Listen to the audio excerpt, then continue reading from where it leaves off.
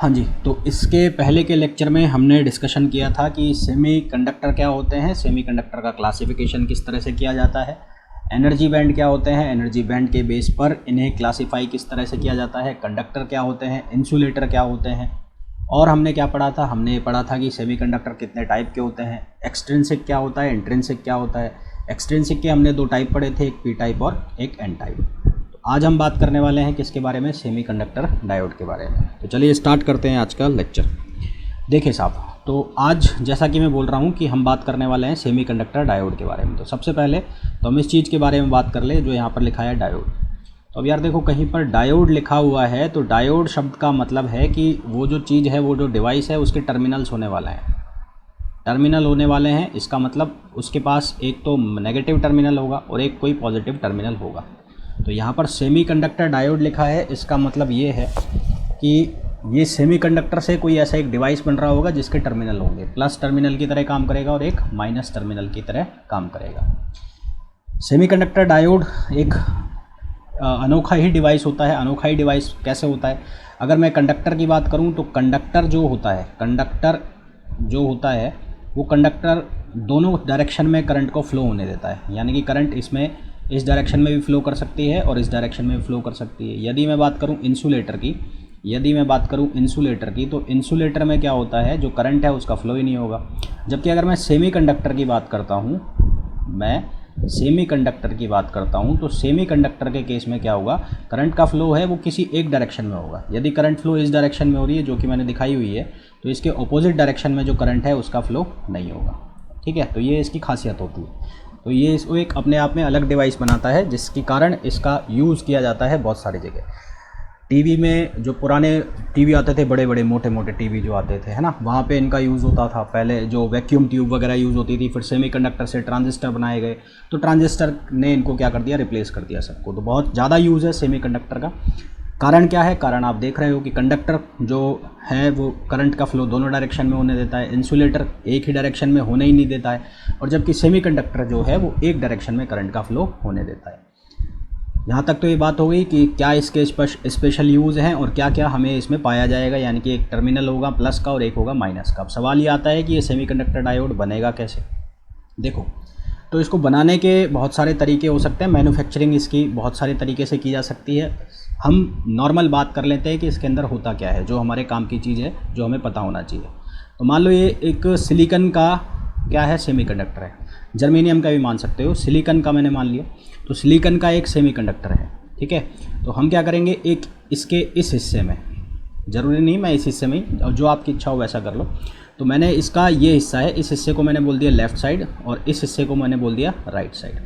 तो ये वाला जो पार्ट है, इस हिस्से में मैंने अगर ड्रॉपिंग करा दी किसकी, पी की, मैंने पी टाइप बना दिया इसको। पी टाइप कैसे बनाया, इस हिस्से को मैंने डोपिंग करा दी, यहाँ पर किसकी डोपिंग करा दी, ट्राइवेलेंट की। यहाँ पर मैंने डोपिंग करा दी किसकी, ट्राइवेलेंट की। और इसी तरह से ये वाला जो हिस्सा है राइट साइड, इस वाले हिस्से में मैंने डोपिंग करा दी किसकी, पेंटावेलेंट की। किसकी डोपिंग करा दी, पेंटावेलेंट की। तो ये जो राइट वाला हिस्सा है, ये तो कौन सा बन जाएगा, ये बन जाएगा एन टाइप। और ये जो लेफ़्ट वाला हिस्सा है, ये कौन सा बन जाएगा, ये बन जाएगा पी टाइप। एक बार वापस से बता देता हूँ, इसको और बड़ा करके बता देता हूँ। मैं ये कह रहा हूँ कि मान लिया मैंने ये सिलिकॉन का सेमीकंडक्टर है, मेरे को इसको जंक्शन डायोड बनाना है, पीएन जंक्शन डायोड। तो मैंने क्या किया, इसके एक हिस्से में मैं ये वाला हिस्सा ले रहा हूँ, इसमें मैं ट्राइवेलेंट इम्प्योरिटी को ऐड करा रहा हूँ। ट्राइवेलेंट इम्प्योरिटी को हमने पढ़ा था, ऐसी इम्प्योरिटी जिसके आउटर शेल में 3 इलेक्ट्रॉन्स मिल जाते हैं उसको हम कहते हैं ट्राइवेलेंट, और ऐसी इम्प्योरिटी जिसके आउटर शेल में 5 इलेक्ट्रॉन मिलते हैं उसको हम कहते हैं पेंटावेलेंट। तो इसके दो साइड में, एक साइड में मैंने ट्राइवेलेंट की इम्प्योरिटी ऐड करा दी और एक साइड में मैंने पेंटावेलेंट इम्प्योरिटी ऐड करा दी। तो ऐसा करने से क्या हुआ, एक साइड जो है वो तो बन जाएगी पी टाइप और एक जो साइड है वो कैसी बन जाएगी, एन टाइप बन जाएगी। ठीक है, ऐसा कोई ज़रूरी नहीं है कि ये साइड पे आप ट्राइवेलेंट कराओ, आप चाहो तो यहाँ पर पेंटावेलेंट करा सकते हो और आप चाहो तो यहाँ पर ट्राइवेलेंट करा सकते हो। तो यहाँ पर एन बन जाएगा, यहाँ पर पी बन जाएगा। तो इस तरह से ये जो एक सेमीकंडक्टर था सिलिकॉन का, ये पीएन जंक्शन डायोड बन गया। अब जंक्शन का मतलब क्या है, जहाँ पर ये दोनों आकर मिल रहे हैं, ये पी सेमीकंडक्टर है, ये एन सेमीकंडक्टर है, दोनों जिस जगह पर आकर मिल रहे हैं उसको मैंने क्या नाम दिया, जंक्शन। क्या नाम दिया, जंक्शन। तो इसलिए क्या बन गया, ये बन गया पीएन जंक्शन डायोड। इसको हमने क्या नाम दिया, पीएन जंक्शन डायोड। अब इसके मैन्युफैक्चरिंग के बहुत सारे तरीके हो सकते हैं।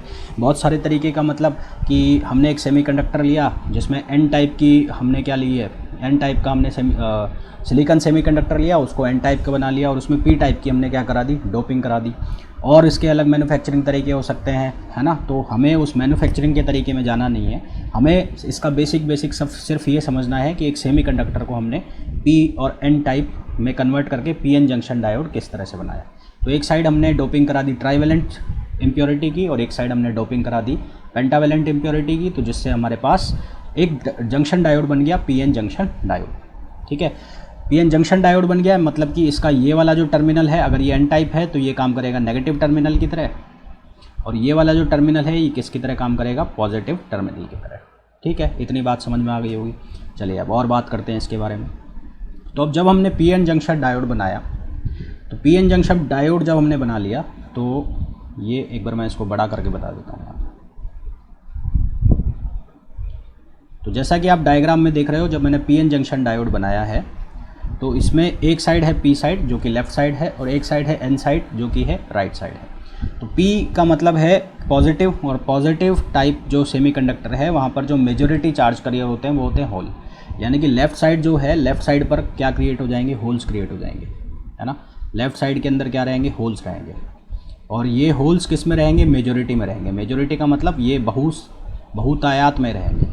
ऐसा नहीं है यहाँ पर इलेक्ट्रॉन नहीं होंगे, इलेक्ट्रॉन भी होंगे पर उनकी संख्या क्या होगी, कम होगी। इलेक्ट्रॉन भी होंगे पर उनकी संख्या यहाँ पर क्या होगी, कम होगी। ठीक इसी तरह से जो राइट साइड है वो एन टाइप है, तो राइट साइड जो एन टाइप है, तो एन टाइप पे हमें क्या दिखेगा, एन टाइप पे यहाँ पर एक्सेस में क्या होंगे, इलेक्ट्रॉन्स। तो इलेक्ट्रॉन्स यहाँ पर एक्सेस में होंगे, तो इलेक्ट्रॉन्स एक्सेस में होंगे, ये इलेक्ट्रॉन्स यहाँ पर किस में होंगे, एक्सेस में होंगे। ठीक है, ये इलेक्ट्रॉन्स किस में होंगे, एक्सेस में होंगे। तो यहाँ पर जो मेजॉरिटी चार्ज करियर होंगे कौन सी, एन साइड में, वो कौन होंगे, इलेक्ट्रॉन्स होंगे, और माइनॉरिटी चार्ज करियर्स इसमें क्या होंगे, होल्स होंगे। तो यहाँ पर ये कम मात्रा में क्या होंगे, होल होंगे, जिनकी क्वांटिटी क्या होगी, कम होगी। तो यहाँ पर ये जो मेजॉरिटी चार्ज करियर्स हैं ये तो होंगे मेजॉरिटी चार्ज करियर्स यहाँ पर मेजॉरिटी में, और यहाँ पर इलेक्ट्रॉन्स किस में होंगे, मेजॉरिटी में होंगे, है ना। ये कौन सी साइड है, ये पी साइड है, और ये कौन सी साइड है, एन साइड है। अब देखो अब क्या होगा, अब जब यहाँ पर होल्स क्रिएटेड हैं तो होल शिफ्ट होना चालू होंगे, होल शिफ्ट होना चालू होंगे किधर की तरफ, एन की तरफ होल शिफ्ट होना चालू होंगे, यानी कि होल का यहाँ से मूवमेंट चलेगा इधर से इधर की तरफ, होल डिफ्यूज़ होना चालू होंगे। शिफ्ट होने का मतलब है, होल का मूवमेंट होने का मतलब है उसका डिफ्यूज़न होना। ठीक इसी तरह से यहाँ से इलेक्ट्रॉन्स यहाँ से डिफ्यूज़ होना चालू होंगे और किधर की तरफ भागेंगे, पी जो सेमीकंडक्टर है उसकी तरफ। ठीक है, तो होल क्या होंगे, डिफ्यूज़ होंगे, होल डिफ्यूज़ होंगे, और डिफ्यूज़ होकर ये कहाँ जा रहे हैं, ये जा रहे हैं एन टाइप में। और इसी तरह से इलेक्ट्रॉन जो हैं, इलेक्ट्रॉन वो डिफ्यूज़ हो रहे हैं, और वो डिफ्यूज़ होकर कहाँ जा रहे हैं, वो डिफ्यूज़ होकर कहाँ जा रहे हैं, पी टाइप पर जा रहे हैं। ठीक है, तो यहाँ से होल्स चल दिए और चलकर कहाँ जा रहे हैं, एन टाइप पर जा रहे हैं, और इधर से इलेक्ट्रॉन्स चल दिए वो जाकर कहाँ जा रहे हैं, वो पी टाइप पर जा रहे हैं। तो देखो जब यहाँ से इलेक्ट्रॉन इधर पहुँचेगा तो यहाँ पर होल बना हुआ है, होल का मतलब क्या है, हम उसको चार्ज देते हैं पॉजिटिव चार्ज, पर वहाँ पर वैकेंसी क्रिएटेड है, वैकेंसी क्रिएटेड है, यानी कि यहाँ पर जो इलेक्ट्रॉन है यहाँ पर जाएगा तो इस होल को क्या कर देगा, ख़त्म कर देगा। तो ऐसे करके धीरे धीरे यहाँ पर इलेक्ट्रॉन एक्सेस में होते जाएंगे, और यहाँ पर एक लेयर बन जाएगी किसकी, इलेक्ट्रॉन की। इस जगह पर एक लेयर बन जाएगी किसकी, इलेक्ट्रॉन की। और सेम कहानी यहाँ पर होगी, यहाँ पर एक लेयर बन जाएगी इस तरह से किसकी, इनकी होल्स की। क्यों, जब होल्स यहाँ जाएंगे, एन साइड पर जाएंगे, जब पहुँचेंगे तो ये एक बार इलेक्ट्रॉन को ख़त्म करते जाएंगे, और धीरे धीरे यहाँ पर जो होल्स है वो इकट्ठे हो जाएंगे। तो कुल मिलाकर जो हमारे पास नई स्ट्रक्चर आपको दिखेगी वो कुछ इस तरह की दिखेगी, है ना। नई स्ट्रक्चर जो दिखेगी वो कुछ इस तरह की दिखेगी। एक मिनट रुकिए,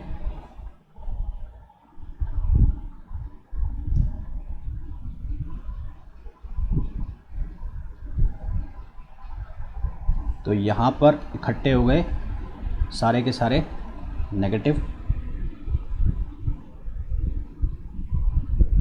और इसी तरह से यहाँ पर इकट्ठे हो गए होल्स इकट्ठे हो गए, है ना। और इसके इधर क्या है, होल्स हैं,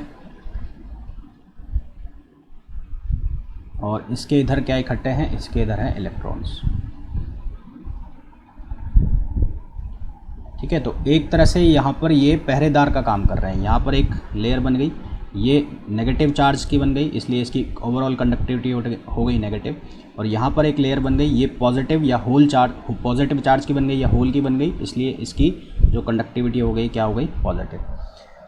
तो ऐसा नहीं है कि यहाँ से अब इलेक्ट्रॉन का मूवमेंट इधर नहीं होगा, डिफ्यूज़न नहीं होगा, या होल का डिफ्यूज़न इधर की तरफ नहीं होगा, इधर की तरफ मतलब पॉजिटिव की तरफ नहीं होगा। पर होगा क्या, जब यहाँ से ये इलेक्ट्रॉन चलेगा, मान लो यहाँ से इलेक्ट्रॉन को मैं चला कर ला रहा हूँ यहाँ पर, तो यहाँ पर से इलेक्ट्रॉन आ रहा है और यहाँ पर ऑलरेडी इलेक्ट्रॉन बैठे हैं, तो सेम चार्ज एक दूसरे को क्या करेंगे, रिपेल करेंगे। रिपेल करेंगे तो इलेक्ट्रॉन किधर भागेगा, वापस इधर भागेगा। और इधर बैठे हैं होल, तो होल पकड़ के इसको क्या कर लेंगे, खींच लेंगे। होल पकड़कर इसको क्या कर लेंगे, खींच लेंगे। तो यहाँ पर हमें एक लेयर दिख रही है और इस लेयर के जो राइट साइड है उस पर इकट्ठे हो गए हैं होल्स, और जो लेफ़्ट साइड है उस पर इकट्ठे हो गए हैं नेगेटिव चार्ज, यानी कि इलेक्ट्रॉन्स इकट्ठे हो गए। तो यहाँ पर एक फील्ड क्रिएट हो जाएगा, इलेक्ट्रिक फील्ड, जिसकी डायरेक्शन होगी, इलेक्ट्रिक फील्ड की डायरेक्शन होती है पॉजिटिव से नेगेटिव की तरफ। तो यहाँ पर एक फील्ड क्रिएट हो गया जिसकी डायरेक्शन होगी इस तरह से, ठीक है, जिसकी डायरेक्शन होगी इस तरह से। दूसरी चीज़ ये है कि मैंने कहा कि इलेक्ट्रॉन का जो डिफ्यूज़न हो रहा है किधर की तरफ हो रहा है, नेगेटिव से पॉजिटिव की तरफ। इलेक्ट्रॉन डिफ्यूज़ होकर इधर जा रहे हैं, इसी तरह से होल्स डिफ्यूज़ होकर इधर जा रहे हैं। तो यहाँ पर एक डिफ्यूज़न करंट आएगी। डिफ्यूज़न करंट की जो डायरेक्शन होगी वो कन्वेंशनल करंट की डायरेक्शन होती है, जो कि जो कन्वेंशनल करंट की डायरेक्शन का मतलब क्या होता है, जो इलेक्ट्रॉन की डायरेक्शन है उसके ऑपोजिट डायरेक्शन में करंट फ्लो करती है। तो इलेक्ट्रॉन का फ्लो किधर से हो रहा है, नेगेटिव एन टाइप से पी टाइप की तरफ हो रहा है। तो वो जो करंट है वो उसके ऑपोजिट डायरेक्शन में चलेगी। तो इस डायरेक्शन में एक करंट होगी जिसको मैं येलो से दिखा रहा हूँ। तो इस करंट को हम क्या नाम देंगे, इस करंट को हम नाम देंगे डिफ्यूज़न करंट। इस करंट को हम क्या नाम देंगे, डिफ्यूज़न करंट। इसको नेक्स्ट स्लाइड में मैं दोबारा से बना देता हूँ, ठीक है। तो अभी तक हमने ये पढ़ लिया है, यहाँ पर ये पढ़ लिया हमने। यहाँ पर इकट्ठे हो गए हैं पॉजिटिव चार्ज होल्स, यहाँ पर चार्ज आ गया है पॉजिटिव, और यहाँ पर चार्ज आ गया है नेगेटिव, यहाँ पर चार्ज आ गया है नेगेटिव, और एक इलेक्ट्रिक फील्ड यहाँ पर क्रिएट हो गया है। क्या क्रिएट हो गया है, इलेक्ट्रिक फील्ड क्रिएट हो गया है। एक डिफ्यूज़न करंट जो है वो इलेक्ट्रॉन के डिफ्यूज़न की वजह से करंट बनी, जिसको हमने कहा आईडी। आईडी का मतलब क्या है, डिफ्यूज़न करंट, डिफ्यूज़न करंट। और ये जो डिफ्यूज़न करंट है ये किसकी वजह से है, इलेक्ट्रॉन के फ्री मूवमेंट की वजह से, डिफ्यूज़न की वजह से। देखिए साहब, अब यहाँ पर एक इलेक्ट्रिक फील्ड क्रिएट हो गया। तो इलेक्ट्रिक फील्ड क्रिएट हो गया, तो इलेक्ट्रिक फील्ड क्रिएट होने से क्या होगा कि यहाँ इसके बीच में एक डिस्टेंस होगी, और इलेक्ट्रिक फील्ड है और इनके बीच में डिस्टेंस है, तो उसकी वजह से यहाँ पर एक क्या जनरेट होगी, पोटेंशियल जनरेट होगी। और वैसे भी आप देख रहे हैं कि एक साइड पॉजिटिव प्लेट बन गई और एक साइड नेगेटिव बन गई, तो यहाँ पर एक पोटेंशियल क्रिएट हो जाएगा। उस पोटेंशियल को हम क्या नाम देंगे, बैरियर पोटेंशियल। उस पोटेंशियल को हम क्या नाम देंगे, बैरियर पोटेंशियल। बैरियर पोटेंशियल, या कई जगह इसको बोलते हैं potential barrier, potential barrier. Barrier का मतलब होता है रोकना, अवरोध लगाना, तो है ना। तो इसको हम अवरोधी विभव हिंदी में नाम देंगे, अवरोधी विभव। तो ये अवरोधी विभव जो है यहाँ पर क्रिएट हो जाएगा, ठीक है। इस अवरोधी विभव की वैल्यू, इसको हम लिखते हैं V0 से, इसकी वैल्यू फिक्स होती है। वैल्यू फिक्स होती है मतलब यदि मैं सिलिकॉन के लिए बात करूँ तो सिलिकॉन के लिए इसकी वैल्यू होती है 0.7 इलेक्ट्रॉन वोल्ट, और अगर मैं जर्मेनियम के लिए बात करूँ तो जर्मेनियम के लिए इसकी वैल्यू नियर अबाउट होती है 0.3 इलेक्ट्रॉन वोल्ट। तो यानी कि अगर इस सेमीकंडक्टर से करंट का फ्लो कराना है तो सबसे पहले हमें ये जो पोटेंशियल बैरियर है या जो बैरियर पोटेंशियल है इसको पार करना पड़ेगा।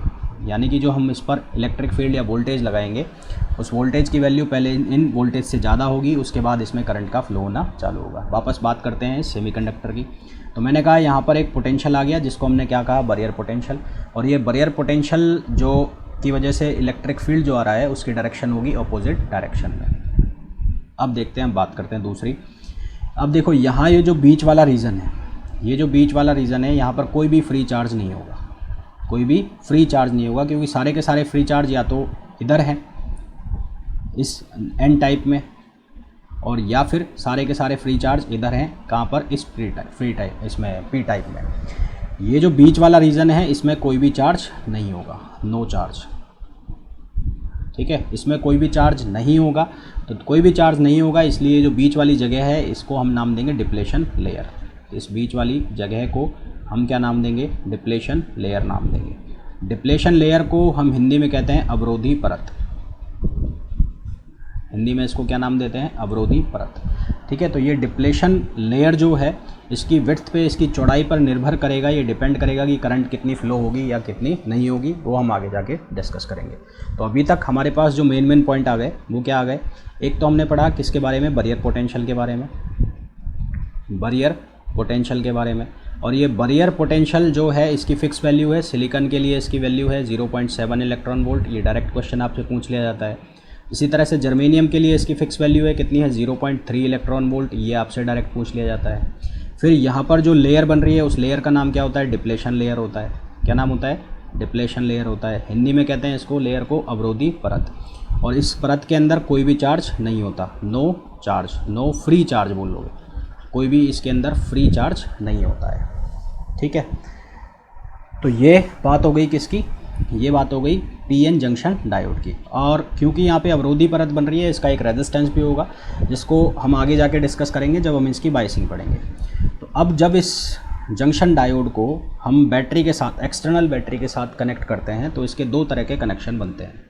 जब हम इस जंक्शन डायोड को एक्सटर्नल बैटरी के साथ कनेक्ट कर देते हैं तो इसके दो कनेक्शन बनते हैं। दो कनेक्शन कौन कौन से होते हैं वो डिस्कस कर लेते हैं। देखो, अब मैंने इसको एक एक्सटर्नल बैटरी से कनेक्ट कर दिया। कनेक्शन इसके दो तरह के हो सकते हैं। सबसे पहले तो मैंने यहाँ पर ये डिप्लेशन लेयर बना दी, ये डिप्लेशन लेयर बना दी। ठीक है, यहाँ पर आ गए मेरे इलेक्ट्रॉन्स, यहाँ पर इलेक्ट्रॉन्स, और यहाँ पर क्या आ गया, होल्स आ गए, यहाँ पर आ गए होल्स। और ये जो लेयर है ये कौन सी लेयर हो गई, डिप्लेशन लेयर, डिप्लेशन लेयर। इसके एक साइड ये चार्ज है प्लस और इस साइड है चार्ज माइनस। तो ये टाइप कौन सी है, पी टाइप, और ये टाइप कौन सी है, एन टाइप।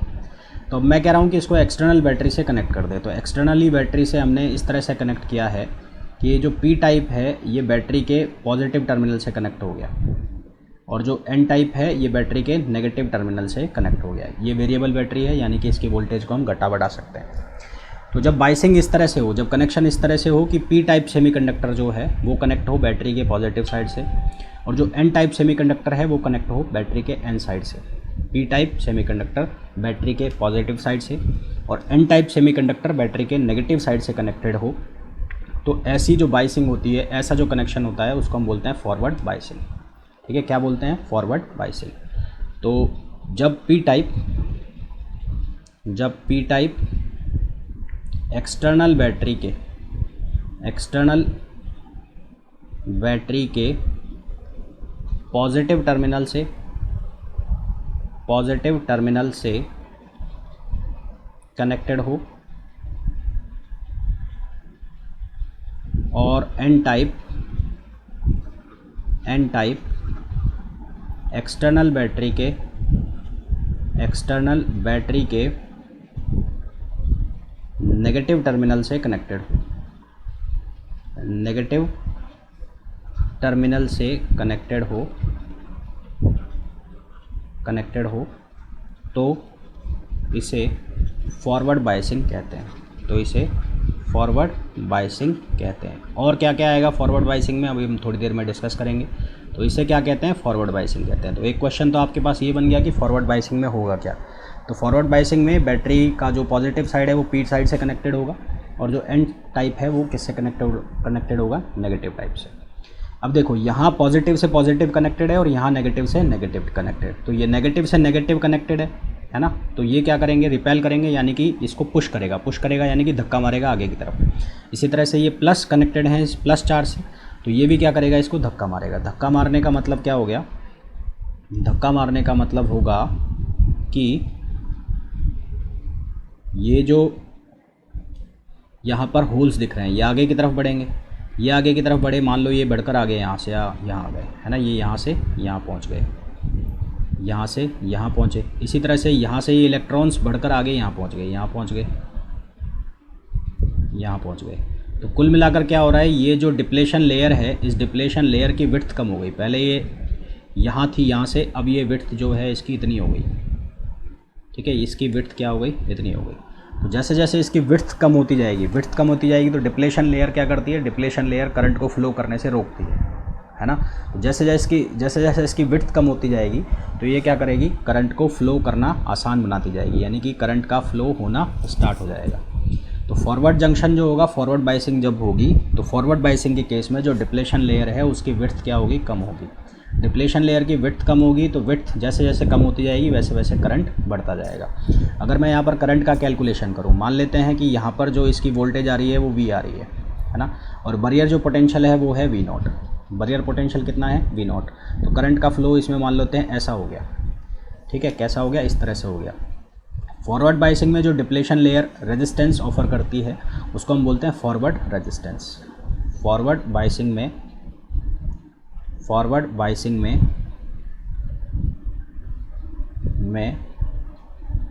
डिप्लेशन लेयर का रेजिस्टेंस फॉरवर्ड रेजिस्टेंस कहलाता है, फॉरवर्ड रेजिस्टेंस। तो फॉरवर्ड रेजिस्टेंस का मतलब हो गया अग्र प्रतिरोध, हिंदी में इसको नाम देंगे अग्र प्रतिरोध। तो ये उपलब्ध कराती है क्या, फॉरवर्ड रेजिस्टेंस, जिसको हम कहेंगे अग्र प्रतिरोध। तो फॉरवर्ड बाइसिंग में डिप्लेशन लेयर का रेजिस्टेंस फॉरवर्ड रेजिस्टेंस कहलाता है। तो अब देखो यहाँ पर जो सर्किट है वो कुछ इस तरह का बना हुआ है। कैसे बना हुआ है, ये हो गई बैटरी की एक्सटर्नल वोल्टेज।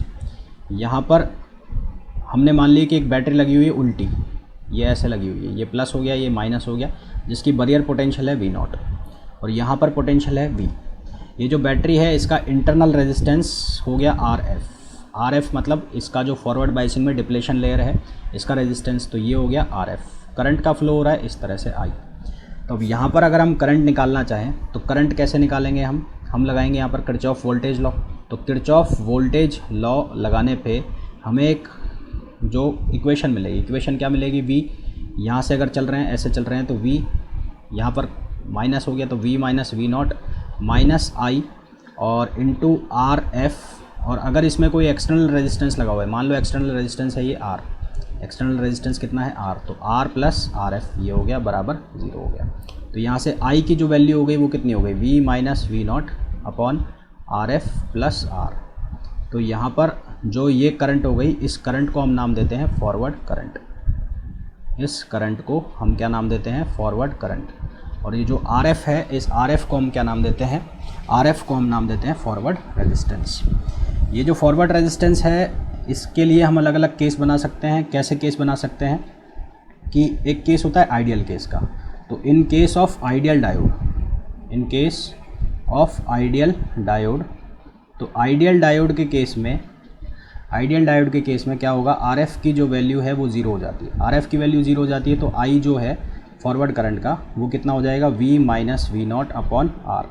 ये V0 की वैल्यू फिक्स रहती है, जैसा कि मैंने आपको बताया सिलिकॉन के लिए इसकी वैल्यू होती है 0.7 इलेक्ट्रॉन वोल्ट और जर्मेनियम के लिए इसकी वैल्यू कितनी होती है, लगभग 0.3 इलेक्ट्रॉन वोल्ट। तो कुल मिलाकर फॉरवर्ड बाइसिंग में हमें 2-3 चीज़ें मिलेंगी। क्या मिलेगा, एक तो फॉरवर्ड बाइसिंग जब भी होगी तो करंट का फ्लो होना स्टार्ट होगा, करंट सर्किट से फ्लो करेगी। फॉरवर्ड बाइसिंग में बैटरी का जो पॉजिटिव टर्मिनल है P टाइप से कनेक्टेड होगा और नेगेटिव टर्मिनल जो है वो N टाइप से कनेक्टेड होगा। डिप्लेशन लेयर का जो रेजिस्टेंस होगा फॉरवर्ड बाइसिंग में उसको हम नाम देंगे क्या, उसको हम नाम देंगे फॉरवर्ड रेजिस्टेंस। और आइडियल डायोड के केस में इस फॉरवर्ड रेजिस्टेंस की वैल्यू कितनी होगी, 0 होगी। फॉरवर्ड बाइसिंग में डिप्लेशन लेयर की विड्थ क्या होती जाती है, कम होती जाती है। डिप्लेशन लेयर की विड्थ कम होती जाती है जिसकी वजह से करंट का फ्लो होता है। यहाँ पे लिख लो, फॉरवर्ड बाइसिंग में FB में डिप्लेशन लेयर की विड्थ घटती है जिसके कारण करंट का फ्लो होता है, जिसके कारण करंट फ्लो करती है। ठीक है, अब यहाँ पर ये इक्वेशन देखो, यहाँ पर इक्वेशन है V minus V0 upon R। तो जब जैसे जैसे यहाँ पर एक्सटर्नल वोल्टेज बढ़ती जाएगी, अगर मैं इनका कर्व बनाऊँ I का और V का, तो इनिशियली जब वोल्टेज कम था V0 से, तो उस केस में क्या होगा, उस केस में इलेक्ट्रॉन्स जो डिफ्यूज़न है, डिफ्यूज़न चालू होगा प्रोटॉन्स का किधर से, प्रोटॉन का जो होल्स का डिफ्यूज़न चालू होगा किधर से, पी टाइप से एन टाइप की तरफ, पी टाइप से एन टाइप की तरफ होल्स का डिफ्यूज़न चालू होगा। और बैटरी का जो पॉजिटिव टर्मिनल है वो पी से कनेक्टेड है, तो फॉरवर्ड बाइसिंग है। फॉरवर्ड बाइसिंग है तो इसका मतलब डिप्लेशन लेयर की विड्थ कम होगी, तो करंट का फ्लो बहुत धीरे धीरे चालू होगा। तो धीरे धीरे चालू होगा तो कुछ इस तरह का कर्व बनेगा। जैसे जैसे वोल्टेज बढ़ेगा, तो वोल्टेज जब V बराबर कितना होगा, V0, तो जब वोल्टेज V बराबर V0 हो जाएगा, इसका मतलब जो बैरियर पोटेंशियल था, बैरियर पोटेंशियल खत्म हो गया। बैरियर पोटेंशियल खत्म हो जाएगा तो उस केस में जो डिप्लेशन लेयर है उसकी विड्थ ना के बराबर हो जाएगी। ना के बराबर हो जाएगी तो अब अगर हम वोल्टेज बढ़ाएंगे तो वोल्टेज की वैल्यू जैसे ही V0 से ज़्यादा जाएगी, तो V0 से ज़्यादा होते ही करंट की वैल्यू एकदम से क्या होगी, बढ़ जाएगी। तो कुछ इस तरह का हमें कर्व देखने को मिलेगा। ये वोल्टेज जहाँ पर सडनली जो करंट की वैल्यू राइज हो जाती है, तो यहाँ पर देखो घुटने की जैसी शेप बन गई है, तो इस वोल्टेज को हम नाम देते हैं नी वोल्टेज। क्या नाम देते हैं, नी वोल्टेज। नी वोल्टेज क्या है, वो वोल्टेज है जिस पर डिप्लेशन जो लेयर है, डिप्लेशन लेयर के कारण जो बैरियर पोटेंशियल होता है, उस बैरियर पोटेंशियल का इफेक्ट क्या हो जाता है, ख़त्म हो जाता है। और उसके बाद वोल्टेज बढ़ाने पर करंट की वैल्यू सडनली राइज करने लग जाती है, तो उसको हम क्या नाम देते हैं, नी वोल्टेज नाम देते हैं। तो यहाँ पर देख रहे हो कि करंट है जो अचानक से क्या हो गया, बढ़ गया। और ये जो करंट है इसको हम कहते हैं फॉरवर्ड करंट। एक चीज़ ध्यान रखना, फॉरवर्ड करंट जो है उसका जो यूनिट हम लेते हैं, उसकी यूनिट हम लेते हैं मिली एम्पियर में। ठीक है।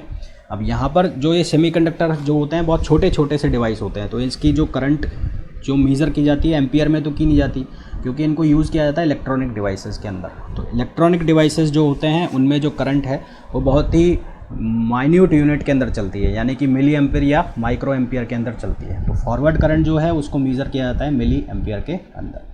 तो ये थी किसके बारे में बात, ये थी फॉरवर्ड बाइसिंग के बारे में। इसी तरह से एक और बाइसिंग होती है जिसको कहते हैं रिवर्स बाइसिंग। Reverse biasing. अब रिवर्स बाइसिंग की क्या कहानी होती है, पहले वो पढ़ लेते हैं।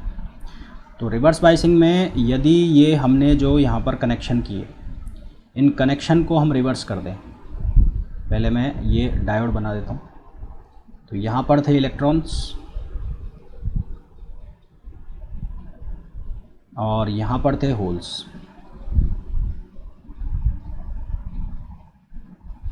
है ना, यहाँ थे होल्स, यहाँ था नेगेटिव चार्ज और यहाँ था पॉजिटिव चार्ज, और यहाँ इन दोनों के बीच में एक इलेक्ट्रिक फील्ड लगा हुआ था, और यहाँ पर थी बैरियर पोटेंशियल V0 और ये थी डिप्लेशन लेयर। अब इसके कनेक्शन हम कुछ इस तरह से कर दें कि ये नेगेटिव साइड और ये है पॉजिटिव साइड। तो यहाँ पर आप देख रहे हो कि जो P टाइप है, P टाइप कनेक्ट हो गया किससे, बैटरी के नेगेटिव टर्मिनल से, और जो N टाइप है वो कनेक्ट हो गया किससे, बैटरी के पॉजिटिव टर्मिनल से। तो यदि P टाइप सेमीकंडक्टर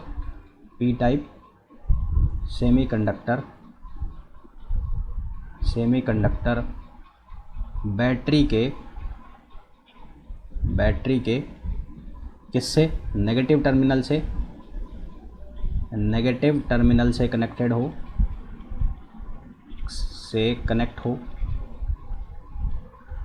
कनेक्ट हो और N टाइप बैटरी के पॉजिटिव टर्मिनल से कनेक्ट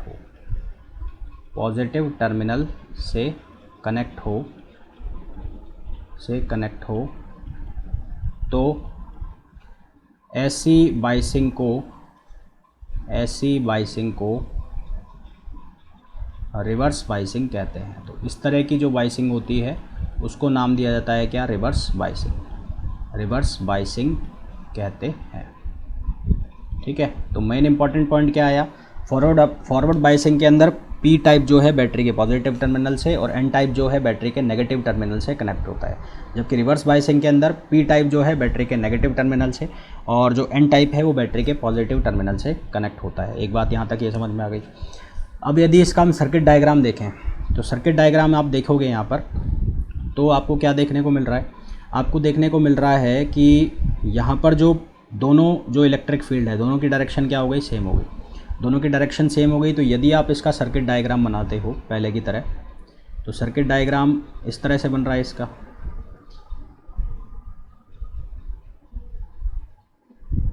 ये एक्सटर्नल रेजिस्टेंस, यहाँ पर जो डिप्लेशन लेयर का रेजिस्टेंस होगा उसको हम लिखेंगे आर आर। आर आर का मतलब रिवर्स रेजिस्टेंस, और यहाँ पर बैरियर पोटेंशियल हो गया और यहाँ पर एक्सटर्नल पोटेंशियल हो गया।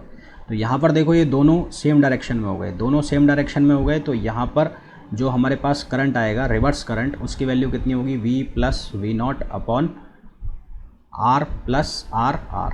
और ये जो आर आर है इसको हम नाम देंगे रिवर्स रेजिस्टेंस, इसको हम क्या नाम देंगे, रिवर्स रेजिस्टेंस। हालांकि आइडियल डायोड के केस में ये भी, इसकी वैल्यू भी क्या होगी, 0 होगी। एक चीज़ आप यहाँ पर देख रहे हो कि दोनों जो पोटेंशियल है वो सेम डायरेक्शन के अंदर हो गए, दोनों पोटेंशियल सेम डायरेक्शन के अंदर हो गए, यानी कि इलेक्ट्रिक फील्ड यहाँ पर ह्यूज हो गया। अब ह्यूज कैसे हो गया, इसको आप ऐसे भी समझ सकते हो। कैसे समझ सकते हो, यहाँ देखो, यहाँ है नेगेटिव चार्ज सारा और यहाँ पर टर्मिनल है पॉजिटिव, तो ये इसको क्या करेगा, अट्रैक्ट करेगा। तो यहाँ पर से ये जो डिप्लेशन लेयर यहाँ दिख रही है, ये डिप्लेशन लेयर किधर बढ़ जाएगी, आगे की तरफ पहुँच जाएगी। क्यों हो जाएगी, क्योंकि यहाँ से इलेक्ट्रॉन सरकेंगे किधर की तरफ, पॉजिटिव टर्मिनल की तरफ। सेम कहानी यहाँ होगी, यहाँ से होल्स सरकेंगे किधर की तरफ, नेगेटिव टर्मिनल की तरफ, यानी कि यहाँ से ये जो येलो लाइन दिख रही है ये यहाँ तक पहुँच जाएगी। तो कुल मिलाकर रिवर्स बाइसिंग के अंदर क्या होगा, जो डिप्लेशन लेयर है उसकी विड्थ बढ़ेगी। डिप्लेशन लेयर की विड्थ अगर जितनी ज़्यादा बढ़ेगी तो करंट फ्लो सर्किट से नहीं हो पाएगा। तो हम ये मान के चलते हैं कि जो रिवर्स बाइसिंग है उसमें से सर्किट में से करंट का फ्लो नहीं होता, फिर भी एक्चुअल प्रैक्टिस में नाम मात्र का करंट का फ्लो सर्किट से होता है। ठीक है, हम जो डिप्लेशन लेयर है उसकी विड्थ क्या होती है, बढ़ती है। विड्थ बढ़ती है तो इसकी वजह से जो सर्किट है उससे करंट का फ्लो नहीं होता। तो रिवर्स बाइसिंग में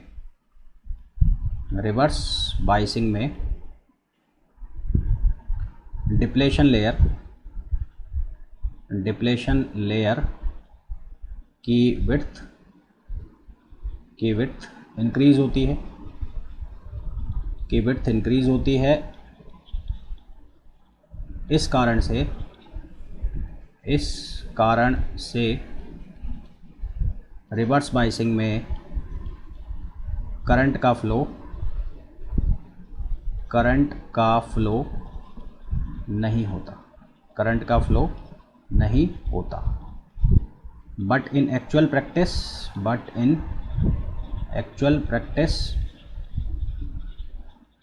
a very small amount of current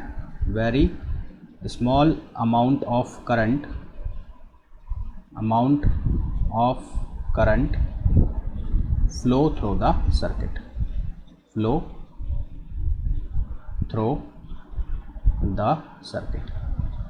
ठीक है। कितना स्मॉल अमाउंट में होता है, सबसे पहले तो रिवर्स जो करंट है उसकी वैल्यू हमारे पास निकल रही थी V plus V nought upon R plus R R, इसको मैंने कहा था, इसको हम बोलते हैं रिवर्स रेजिस्टेंस। और आइडियल केस में ये जो आर आर है इसकी वैल्यू क्या होती है, 0। तो आई आर जो है वो कितना होता है, V plus V nought upon ये कितना होता है, R होता है। पहली चीज़ ये होगी। अब यहाँ पर जब मैंने कहा कि वोल्टेज, अगर हम डायग्राम बनाते हैं इसके लिए वोल्टेज और करंट के बीच में, तो यहाँ पर वोल्टेज कितनी ही बढ़ाए जा रहे हैं फिर भी हमारे पास यहाँ पर करंट का फ्लो नहीं हो रहा है। करंट जो है बिल्कुल नाम मात्र की करंट चल रही है जो कि ना के बराबर है। पर जैसे जैसे वोल्टेज हम बढ़ाते जाते हैं, यानी कि इलेक्ट्रिक फील्ड की वैल्यू जैसे जैसे बढ़ती जाती है, तो इलेक्ट्रिक फील्ड की वैल्यू बढ़ती जाती है, तो जो माइनॉरिटी चार्ज कैरियर्स हैं, इलेक्ट्रॉन जो हैं, उनकी काइनेटिक एनर्जी क्या हो जाती है, बहुत ज़्यादा बढ़ जाती है। अब ये कैसे होगा, ये देखो कैसे होगा। यहाँ से कोई इलेक्ट्रॉन होगा, उस इलेक्ट्रॉन के पास, क्योंकि यहाँ पर इलेक्ट्रिक फील्ड बहुत हाई इलेक्ट्रिक फील्ड है, तो वो इलेक्ट्रॉन जब डिफ्यूज़ होकर कहाँ जाता है, इस इलेक्ट्रिक फील्ड में चला जाता है, तो उसके पास एक हाई काइनेटिक एनर्जी होती है। और इस हाई काइनेटिक एनर्जी से जब ये किसी semiconductor atom, pure semiconductor atom से टकराता है, तो उसके वैलेंस बैंड से इलेक्ट्रॉन्स को क्या करता है, बाहर निकाल देता है। वैलेंस बैंड के इलेक्ट्रॉन्स को जब बाहर निकालता है तो ये इलेक्ट्रिक फील्ड के इफेक्ट में आके ये भी किधर की तरफ भगते हैं, आगे की तरफ, क्योंकि इलेक्ट्रॉन्स इलेक्ट्रिक फील्ड के ऑपोजिट डायरेक्शन में चलेंगे, तो इसी तरह से ये भी दूसरे जो सेमीकंडक्टर हैं उसको क्या मारते हैं, टक्कर मारते हैं, प्योर सेमीकंडक्टर एटॉम्स को।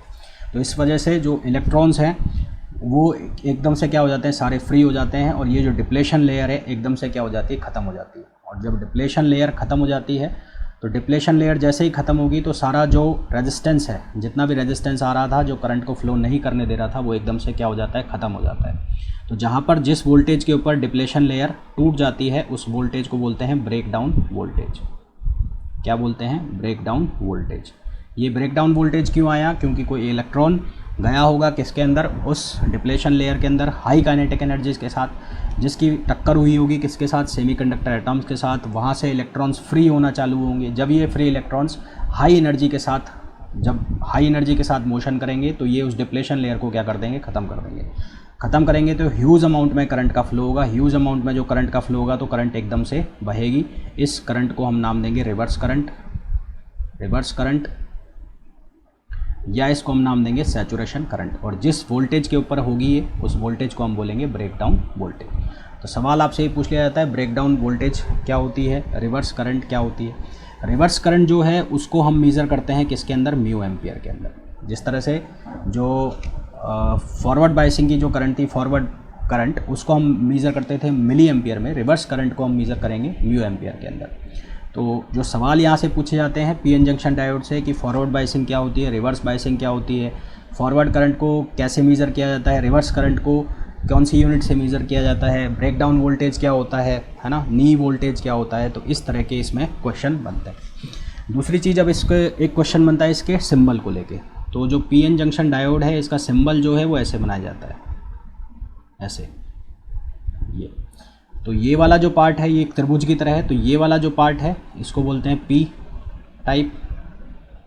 ये जो डंडा दिख रहा है लंबा, इसको बोलते हैं डिप्लेशन लेयर। इसको क्या बोलते हैं, डिप्लेशन लेयर। और इसके वाला आगे वाला जो पार्ट है इसको बोलते हैं एन टाइप। तो कई बार हमें सर्किट में इस तरह से लगा के दे दिया जाएगा, इस तरह से, है ना। ये सर्किट बना दिया, ये सर्किट बना दिया।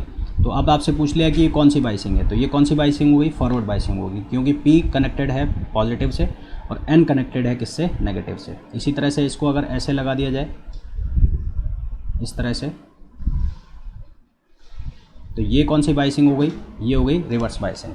तो ये कौन सी बाइसिंग हो गई, रिवर्स बाइसिंग। और ये कौन सी बाइसिंग हो गई, फॉरवर्ड बाइसिंग। ध्यान रखना कि जो करंट है उसका फ्लो केवल किस में होगा, फॉरवर्ड बाइसिंग में होगा। रिवर्स बाइसिंग में अगर हमने सर्किट बनाया हुआ है तो ये एक ओपन सर्किट की तरह बिहेव करेगा। ओपन सर्किट की तरह बिहेव करेगा मतलब इससे करंट का फ्लो नहीं होगा। कैसे, जैसे कि मैं एक एग्जांपल से आपको बताता हूँ।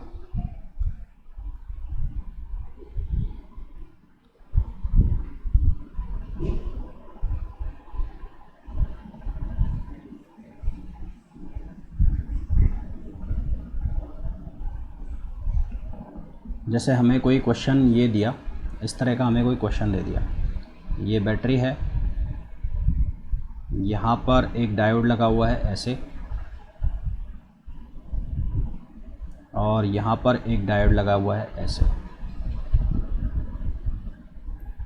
तो इसको बोला हमने D1 और इसको बोला D2।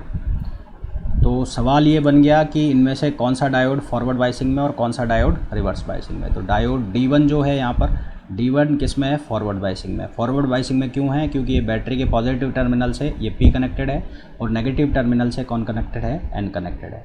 जबकि इस D2 के लिए इसका जो ये है, ये टाइप कौन सी है, N, और ये टाइप कौन सी है, P। तो ये बैटरी के नेगेटिव टर्मिनल से कनेक्टेड है और ये बैटरी के पॉजिटिव से। तो यहाँ D2 जो है ये कौन सी बाइसिंग में हो गया, रिवर्स बाइसिंग में। तो यानी कि D2 है जो काम ही नहीं करेगा, D2 काम ही नहीं करेगा तो ये सर्किट में से हट जाएगा। तो करंट का फ्लो जो है वो सिर्फ किस में से होगा, D1 में से होगा। तो current flows only through D1। इस तरह से आपसे ये सर्किट के अरेंजमेंट बना के क्वेश्चंस पूछे जाएंगे। तो इनके ऊपर जो क्वेश्चंस हैं, इनके सर्किट डायग्राम के ऊपर क्वेश्चन जो हैं वो नेक्स्ट क्लास में करेंगे, क्योंकि वीडियो ऑलरेडी बहुत लंबा हो गया है। तो होपफुली ये जितनी भी हमने बात की सेमीकंडक्टर डायोड की, आपको बहुत अच्छे से समझ में आ गई होगी। क्वेश्चंस क्या बनेंगे, कैसे छोटे छोटे क्वेश्चंस बनेंगे, वो भी आप लोगों को समझ में आ गए होंगे। ध्यान रखने वाली बात यह है कि फॉरवर्ड बाइसिंग क्या होती है, रिवर्स बाइसिंग क्या होती है, सिंबल इसका क्या होगा, करंट का फ्लो कैसे होगा, जो फॉरवर्ड करंट है उसको किस यूनिट से मेज़र करेंगे, रिवर्स जो करंट है उसको किस यूनिट से मेज़र करेंगे, और जो सिलिकॉन है और जर्मेनियम है उसके बैरियर पोटेंशियल की वैल्यू कितनी होती है, डिप्लेशन लेयर क्या होता है ना। तो इस तरह के इसमें से क्वेश्चंस पूछे जाते हैं। तो अगर आप इस लेक्चर को देख रहे हैं और आपको लेक्चर पसंद आ रहा है, तो अगर आपने चैनल को अब तक सब्सक्राइब नहीं किया है तो प्लीज़ चैनल को सब्सक्राइब कीजिए, वीडियो को लाइक कीजिए और